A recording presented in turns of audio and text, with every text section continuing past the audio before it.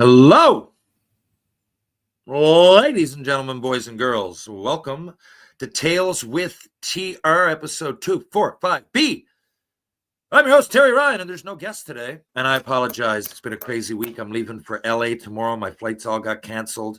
I figured it out because I want to play the game on Sunday, which is anybody from out there that's listening. We're raising money for the people who lost their homes and, well, lost a lot of things in the LA wildfires. The unfortunate tragedy that is the LA wildfires. So we're going to raise some money to help some people out who need it. I'm really looking forward to that. I'm looking forward to getting to Los Angeles. I love that place. It's so far away. I don't get there enough. And there's going to be people like Will Ferrell and Dennis Leary and Steve Carell, Danny DeVito. A lot of NHL legends are there, like a lot. It's going to be overwhelming. So I'm really looking forward to that. I think they got it broken down into 3 or 4 different mini games kind of thing, like the NHL All-Star game, I believe. But the most important thing is we're going to be raising some decent money for some decent people. Yo! Now, my microphone is broken, so I hope you guys can hear me well. I haven't, and for some reason, when I have the microphone plugged in, my computer freezes up, as you heard from the last episode, whoever was listening. So I'm just going to try to wing this, and if the sound is okay, I'm just going to stop using a mic to compensate for my computer's inadequacies.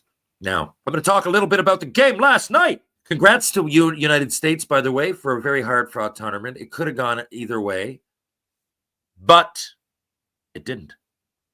And it seems to me each Canadian moment, each big moment in Canadian history, when it comes to hockey, let's just take 3. Let's take the 1972 series, which was, I mean, you think this is political? That thing was like, there was a lot going on. Check it out, even if you're not from Canada. It's a very moving documentary and a pivotal moment in our history. It transcends hockey. Now, in 1987, similar. All the Canada Cups in the 80s, I mean, there was an underlying layer of awareness that the Cold War was happening with, I guess I was going to say Canada or US, but, the Western world, and Russia, who were communist, and a lot of their best players had never been over here. I don't think any until the late 80s. And Sergei Makarov might have been the first, Larionov, Fetisov, one of these guys. And then, of course, a few years later, they had to defect to get here. A few years later, of course, that all changed, right? The political landscape changed. Hockey changed with the influx of some, not just Russians, but Europeans in general. So there's that, okay? So for 72 and then 87, let's say, I don't know, let's say 2010. I mean, we won the Olympics in 04, or 02. There was all kind of, 2010, say, Crosby scores the winner. Those 3 are fresh in a lot of people's minds. They've been replayed a lot lately. There's been less memorable Canada Cups, 1991. I remember about that, Eric Lindros, playing as a junior, never played a game in the NHL, and he was one of our best players. My point is that if you're from Canada, listen to this, and you say, oh, they barely won. But each time we won, those big tournaments, there was a bumpy road to get there. There was a lot of adversity. I believe when Crosby, well, first of all, Crosby scored in overtime, so that was no gimme. And I believe they lost one of the first games to Sweden, I believe. 87, I mean, it was a 2 out of 3 against Russia in the final. It was the 3rd game, late in the game. 1972, I mean, that's everybody in Canada at least should know that story. An 8-game exhibition series with Russia that went right into the 8th game. And it was a lot of, I don't want to ruin it all. I'd be talking about it for the next hour. But all of our big moments have been laced with adversity. So I don't think anything less of our players. I heard that going around social media because we won in overtime. What are you talking about here? First of all, we have to give the United States credit. I mean, they're equally as good, I think. I'm not trying to be anti-Canadian, or I'm just being realistic. If it's not for Binnington, who is a player, people go, oh, well, it wasn't for Binnington, you guys wouldn't have won. Yeah, but he's a player on our team. What are you talking about? I could say the same about the first game. If you didn't have Hellebuck, you wouldn't have won. And we didn't have Makar playing. You guys didn't have Quinn Hughes playing. Like, without every fucking year, Stanley Cup, Olympics, World Cup, where you go back, there's always people missing. You got to step up, give your fucking balls a tug, set the tone. And I thought the U.S. were fucking awesome, right? I mean, if you look at goals for and against, they probably came out on top. But unfortunately, that's not the way we clock things. for them. Fortunately for us, it's about wins and losses, and Canada won the last game that counted. I thought it was fucking awesome. I really did. It was a great display of competitive spirit. It was the hockey culture, and at a time, what the timing of it. When I say timing, everybody thinks I'm talking about the Trump's tariffs and the threat to make us the 51st state. But not just that. Timing in like the NBA All-Star game was happening, and that sport is losing a lot of interest amongst fans. At least here it is, at least people I talk to that are moderate fans, because players aren't going on load management, and started with Kawhi Leonard playing for the Raptors. Really, I mean, maybe it happened before that, but I don't ever remember Michael Jordan or Charles Barkley or any of these fucking legends, Shaq, Kobe. I don't remember anybody saying, well, we're going to sit out 30 games out of load management. Yeah, right. You're making fucking, tens of millions of dollars a year, up around 40, 50, 60, some of them. And I got an owie on my toey, so I don't want to play. I'm going to show up, fucking sit there and laugh and joke on the sidelines, and maybe I'll play next game, maybe I will, maybe I won't, right? Meanwhile, fucking people paying money to get in and fucking see you play, and I was one of those in 2019 when Kobe started that shit, and I was upset. Now, of course, each individual moment, each some players need it, some don't. The NBA, I just think they're losing a lot of interest that way, but this happened to coincide with NBA All-Star Weekend.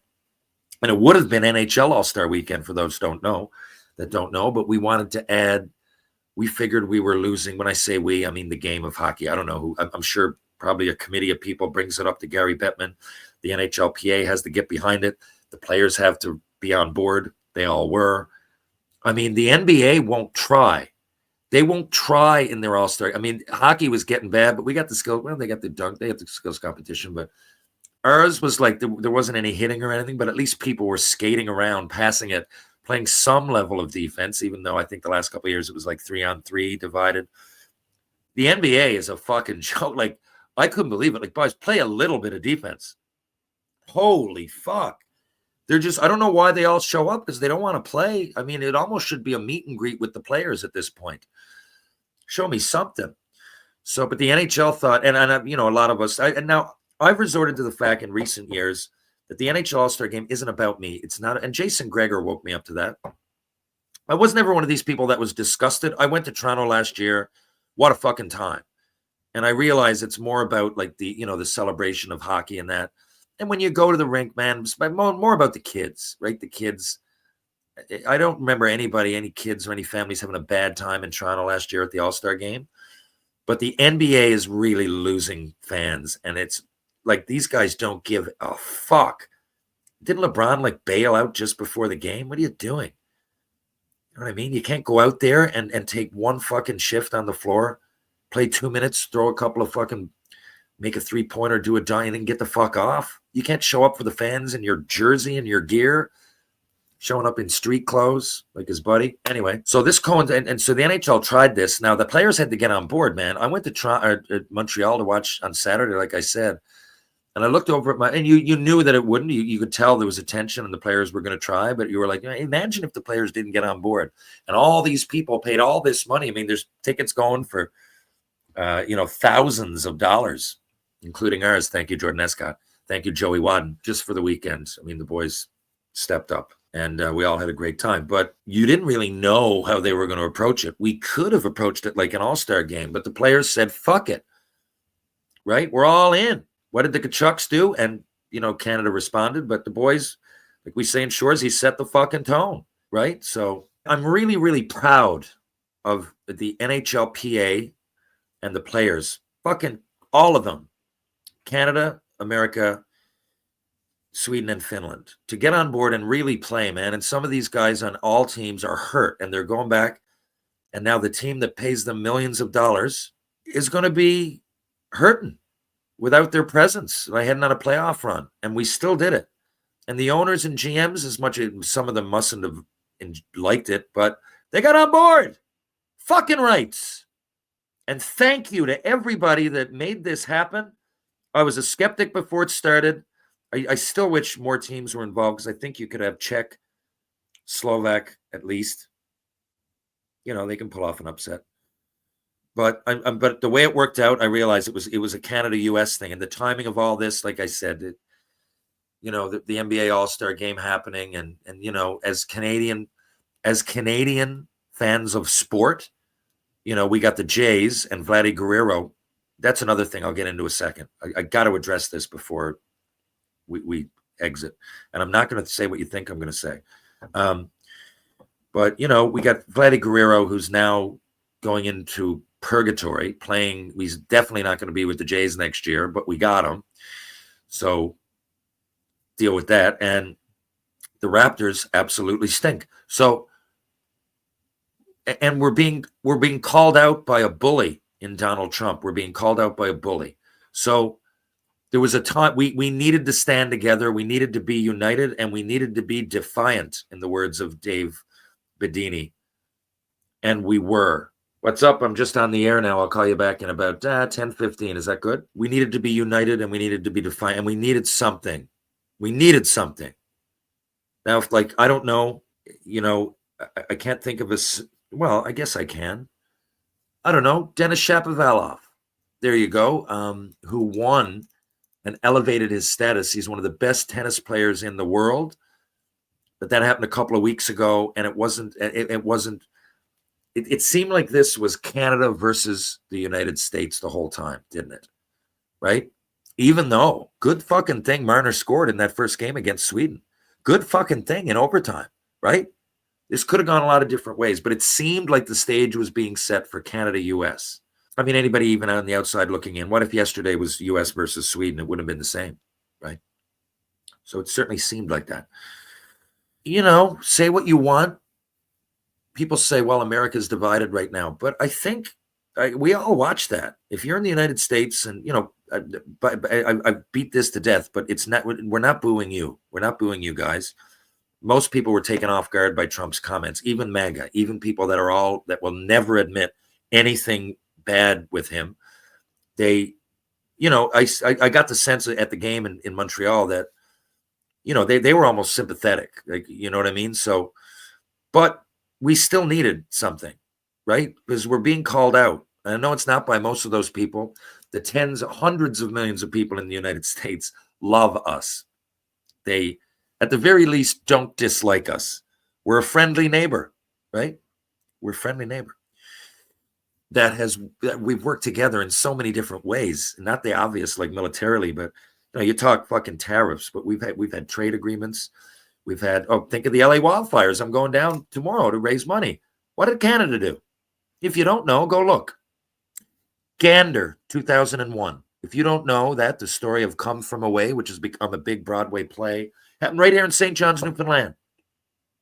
Gander, Newfoundland. Gander, Newfoundland. Check it out. If you don't know what I'm talking about, just Google it. Watch any YouTube clip.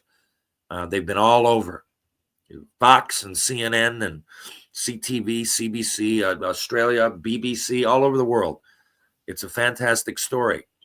And it symbolizes the relationship between Canada and the United States. It's always been great. So we were taken off guard, man. And we needed something had to happen. Whether it was hockey or a politician stepping up or someone to write a song. There's been, I think Bruce Springsteen wrote The Rising back in the day. I forget what it was about. Maybe it was about anti-Iraq war, maybe. But again, I don't care what side of the political spectrum you're on here. I'm just saying there's been, when there tends to be, when you face adversity or there's a tragedy or something like that, creative art comes out of that. That can spill over into sports if you win, which is what happened. And it was just nice. And it's nice that the best player in the world is from Canada. And it's nice that the best player in the world scored the goal. And it's funny how that happens, man. Think about it. Like Crosby, when he scored in 2010, I mean, look at the goal. It's not like he went end to end. When you say Connor McDavid's the best player in the world, you would think people going, oh, he dominated all game. No, it's different in hockey. You can't really do that. Nobody can. But you can fucking step up. And the timing on that was absolutely perfect. And hey, Leafs fans, he can do it. Mitch Marner can play big in a big game. So relax. I thought he played great. Marner finishing hits to me is the best way that he can really set the, and he was. He's never going to be fucking Eric Lindros, and he's never going to drop his gloves. I don't think he ever would. I can't see a scenario. I really can't. That Mitch Marner drops his gloves, but he can step up and be, I didn't say tough, but intense and competitive and tenacious. He can do that. And he did it. Blocking shots, man, finishing hits, cool under pressure, scored an overtime goal to start the fucking tournament, and then set up the overtime goal to finish it. A fucking unsung hero. Like, no one's really talking about it. I'm like, man, Mitch Marner did it. If you're a Leafs fan, they got to give you a little bit of pride. If you are a Leafs fan, I mean, Matthews, I thought he played well. At the game in Montreal, no one talked about it. In fact, they were down on him for not scoring. I'm like, holy fuck. Live, he is such a presence defensively. I mean, I've heard it. I've seen him play live a couple of times, and it's been on display. I haven't really ever, but this was the best on best. And like, when it's hard to really step up offensively, I just watched him, man. And he was just, again, if I'm a Leafs fan, I'm very happy with the way that tournament went with the two guys who've been called out a lot. And Nylander was okay too, Sweden didn't do much with it, but I thought he played all right. Nylander played like Nylander. And to be honest with you, he usually does okay in the playoffs. So it's not really a worry for you guys. So I outside of all this political bullshit, really, because most of it is sad and it's divisive, and I've got good friends that are so far apart on this. There's a 1 here and a 10 here, and I've got friends on both. Most of us are in the middle, like myself, but it's nice. We needed a reason to have Canadian pride, and it's been a while.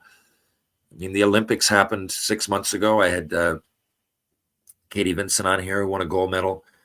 It just didn't seem like at the time there was as much.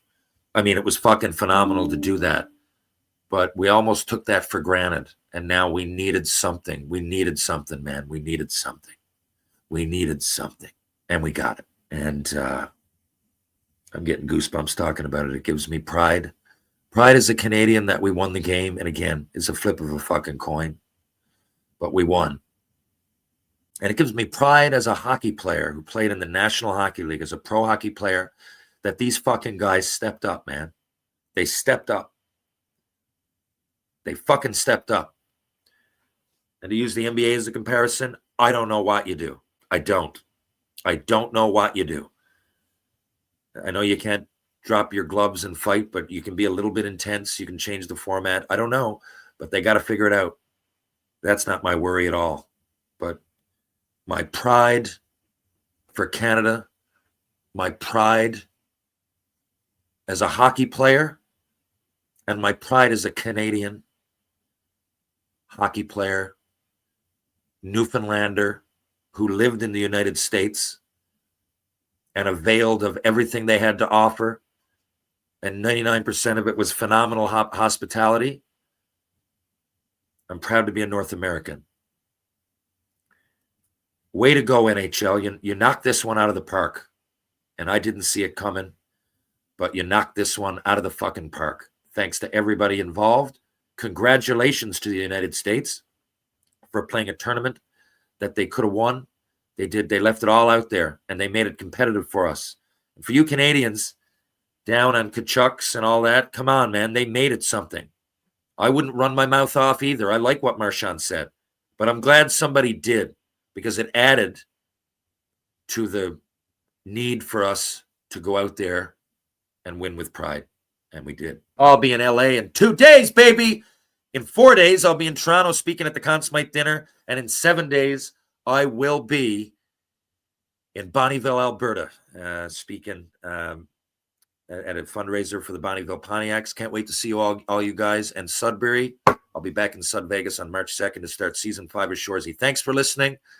And I promise I'll have a guest next week. I really will. Thanks for listening, guys. And follow me on Instagram. This is going to be a great weekend. It's overwhelming for me with celebrities are one thing, but It's going to be meeting some of my heroes, and doing it for a cause that's so obvious and widespread. And a lot of Canadians, like I said, have stepped up before me and gotten a chance to go down and raise money for a tragedy like this. And I'm just so happy to be a part of it. I'm so privileged to be a part of it. Thank you to Shoresy as well for putting me on platform as Ted Hitchcock. I shall do my best. See you guys soon. Thank you very much. If you're downtown St. John's, check out Trinity Pub, TJ's Pub, Rob Roy Confusion, the Martini Bar, Greensleeves, and of course Bull and Barrel. If you're going to go to eat, why not do it at Loose Tie, Blue on Water, or Wedgwood Cafe? If you're going to work out, go to Power Conditioning on Rope Walk Lane. If you're going to go to Mr. Lube, go to Torbay Road or Kenmount Road. Live, Laugh, Lube, right here in St. John's, Newfoundland and Labrador. True Hockey, take what's yours. Mugsy Jeans, I fucking loves me Mugsy Jeans for the comfort and fit. And of course, Jay Dunlop, Dude, D-E-W-D, tables, I believe, but Dunny_Doghouse on Instagram. Check it out and take it from me. He's got great stuff, very talented guy, and made me this table one of the best gifts I've ever gotten. Folks, I'll be back in just a few days with more Tales with TR. Catch you guys on the rebound. Thanks again.